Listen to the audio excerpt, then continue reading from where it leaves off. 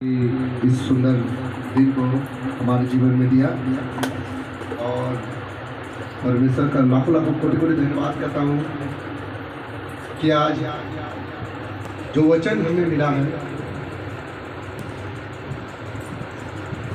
लूका रचित सुसमाचार 23 का 34 वचन, पहला वचन।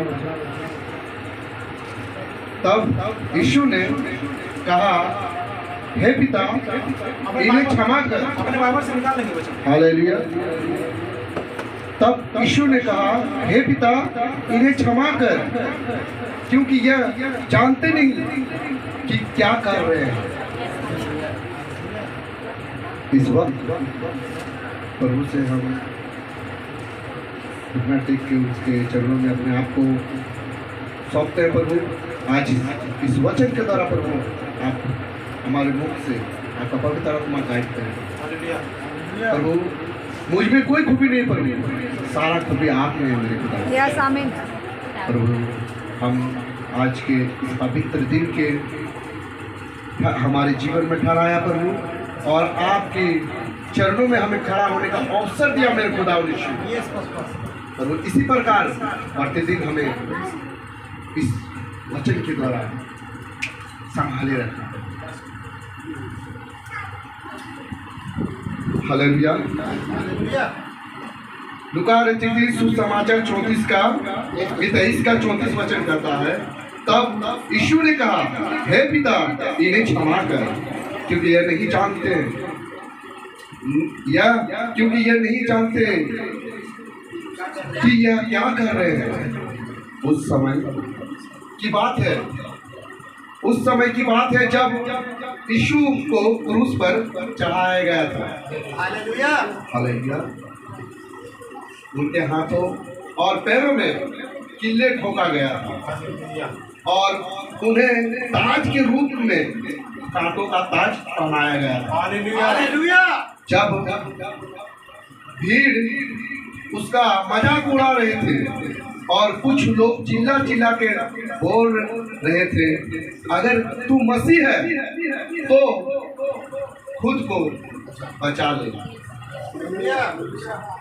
मैंने हम अपना भाषा में अपने बता रहे हैं कि जैसे प्रभु को जब चढ़ाया गया था क्रूस में, तो सब हर एक व्यक्ति जो वहाँ पर क्रूस में खड़ा था वो चिल्ला रहा था, अगर तू परमेश्वर का इकलौता पुत्र है तो तू अपने आप को बचा ले। लेकिन प्रभु को तो योजना कुछ और था, वो तो क्षमा का सागर, दया का सागर था।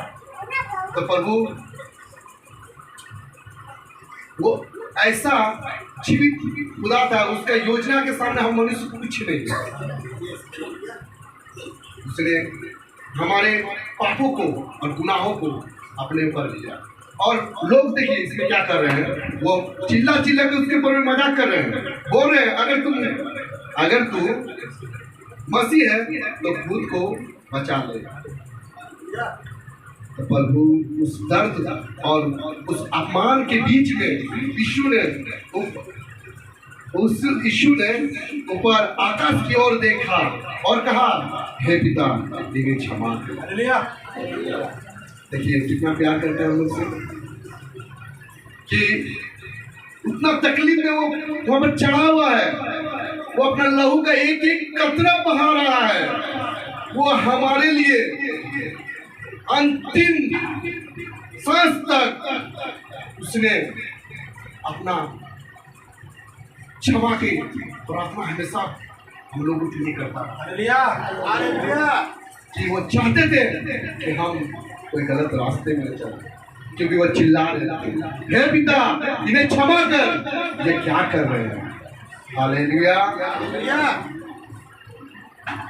क्योंकि उन्होंने अपने दोषियों के लिए प्रार्थना की। देखिए कितना सुंदर बात है कि दोषी तो हम लोग भी हैं, और अन्य जाति वहां जो खड़ा थे पुरुष के बगल में, लेकिन उन सभी के लिए प्रभु ने अगुवाई किया और आत्मा के द्वारा बताया कि पिता, इन्हें क्षमा कर, ये नहीं जानते हैं ये क्या कर रहे हैं। यीशु सिर्फ मसीह नहीं है, वो प्रेम और क्षमा का जीवित मिसाल थे।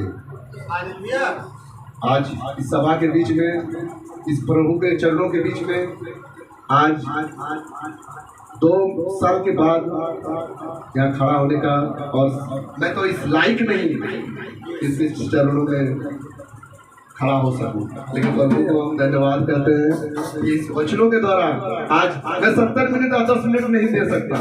जितना मैं कल से हम 1 दिन का तैयारी है प्रभु का अगुवाई से हम जितना सके वो दे सके, क्योंकि भैया ने भी तो वचन की अगुवाई किया था और बहुत तरह मोबाइल देखते, लेकिन आत्मा मेरा अगुवाई यही वचन के द्वारा किया था कि हम छोटे शब्द में कहेंगे हमको माइक में प्रभु बोलना कम आता है, लेकिन प्रभु आपने ये सिखा दिया कि जिस प्रकार आपने सब कुछ क्षमा किया उसी प्रकार हमें भी क्षमा करने का आशीष दे।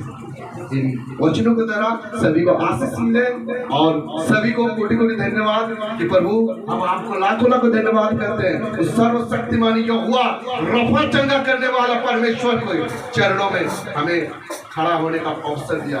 हम तो तुच्छ नहीं है प्रभु आपके सामने, अब हम कुछ नहीं है प्रभु, लेकिन आपने इस योग हमें बना दिया। मैं पापी था, मैं अधर्मी था, मैं स्वीकार करता प्रभु, मैं अधर्मी था, पापी था प्रभु, लेकिन आपने अपने चरणों में हमें जगा दिया। प्रभु हम अब क्या मांगे प्रभु, आप बिना मांगे सब कुछ